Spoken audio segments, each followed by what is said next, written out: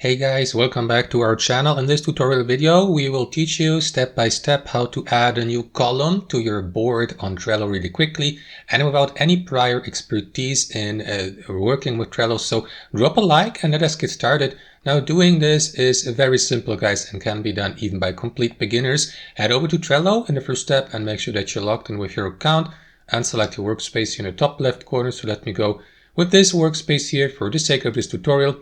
After that, pay attention to that panel here on the left hand side and select the board you would like to customize. So let me go with that board here.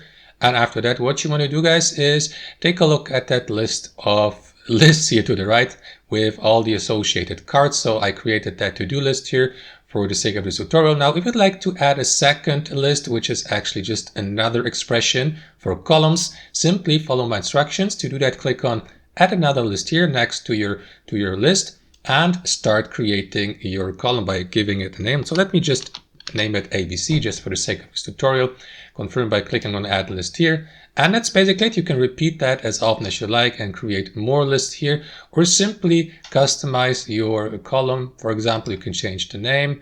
You can click on these three dots and, for example, decide to add a card or copy that list, move it to another workspace, and so on and so forth. You can even archive it so that it disappears from your board.